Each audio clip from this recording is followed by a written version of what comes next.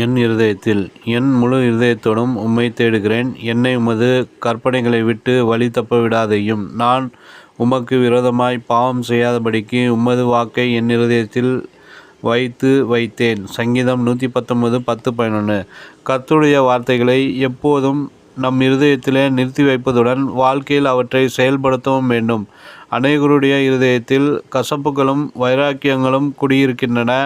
ஆனால் யார் யார் கர்த்தருடைய வார்த்தைக்கு முக்கியத்துவம் கொடுத்து அவருடைய வசனத்தின்படி செய்ய தங்களை அர்ப்பணிக்கிறார்களோ அவர்களுடைய வாழ்க்கை சமாதானமும் சந்தோஷமும் நிறைந்ததாய் இருக்கும். இன்றைக்கான தலைப்பு வசனம் 119ஆம் சங்கீதத்தில் இடம்பெற்றுள்ளது. வேதத்தில் உள்ள எல்லா அதிகாரங்களிலும் 119ஆம் சங்கீதமே அதிகமான வசனங்களை உள்ளடக்கியதாகும். ஒவ்வொரு வசனமும் வேதத்தின் முக்கியத்துவத்தை வெளிப்படுத்துகிறது. இந்த 119ஆம் சங்கீதத்தை வேதபாரகனாகிய எஸ்ரா எழுதியிருக்கக்கூடும் என்கிறார்கள். கர்த்தருடைய வேதத்தை ஆராயவும் அதன்படி செய்யவும் இஸ்ரவேலிலே கட்டளைகளையும் நீதி நியாயங்களையும் உபதேசிக்கவும் எஸ்ரா தன் இருதயத்தை பக்குவப்படுத்தி இருக்கிறான்.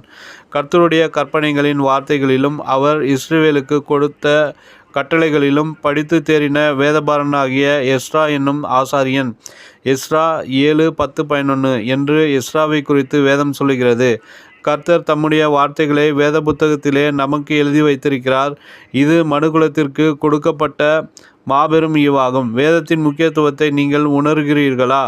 இதை பொன்னிலும் பசும் பொன்னிலும் விரும்பத்தக்கதாக ஏற்றுக்கொள்ளுகிறீர்களா? தேனிலும் தேன்கூட்டிலிருந்து ஒழுகும் தெளித்தேனிலும் மதுரமுள்ளதாய் சுவைக்கிறீர்களா? கர்த்தருடைய வாக்கு உங்களுக்குள்ளே இருக்கும்போது நீங்கள் பாவத்துக்கு விலகி இருப்பீர்கள். அவருடைய வார்த்தை உங்களுக்குள்ளே இருக்கும்போது விசுவாசத்துடன் விலகுவீர்கள். அவருடைய வார்த்தைகள் உங்கள் கால்களுக்கு தீபமும் பாதைக்கு வெளிச்சமாய் இருக்கும். சங்கீதம் 119:105. இன்று உலகம் முழுவதிலும் உள்ள பல நாடுகளை கவனித்து பாருங்கள். எந்தெந்த நாடுகள் வேதத்துக்கு முக்கியத்துவம் கொடுத்து கர்த்தரை உயர்த்தினதோ அந்தந்த நாடுகள் எல்லாம் உயர்ந்திருக்கின்றன. எந்தெந்த நாடுகள் கர்த்தரையும் வேதத்தையும் மறந்தனவோ அவைகள் பின்னால் தள்ளப்பட்டிருக்கின்றன. விக்டோரியா மகாராணி வேத புத்தகத்தை உயர்த்தி இந்த வேத புத்தகமே எங்களுடைய தேசத்தின் மேன்மைக்கு காரணம் என்று முழங்கியதை கர்த்தர் கேட்டு பிரிட்டிஷ் சாம்ராஜ்யத்தை ஆசீர்வதித்தார். அவர்கள் உலகத்தின் பெரும்பகுதியை அரசாண்டார்கள். தேவ பிள்ளைகளே, வேதத்துக்கு முக்கியத்துவம் கொடுத்து மேன்மை அடைவீர்களாக. நினைவிற்கு, கர்த்தருடைய வேதத்தின்படி நடக்கிற உத்தம மார்க்கத்தார் பாக்கியவான்கள்.